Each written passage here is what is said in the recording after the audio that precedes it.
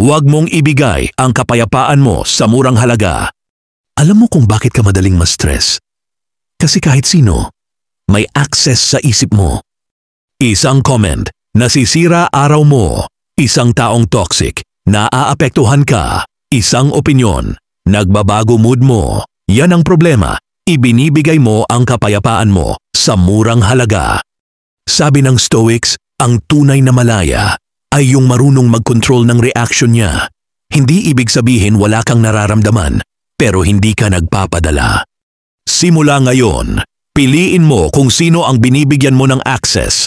Piliin mo kung aling opinyon ang tatanggapin mo. At piliin mo kung ano ang worth ng oras mo. Hindi lahat deserving. Kasi kung lahat ng bagay na iinis ka, lahat ng tao inaapektuhan ka. Hindi sila ang may hawak sa'yo. Ikaw pa rin, pero hinahayaan mo lang. Ang kapayapaan mo mahal, huwag mong ibenta ng mura.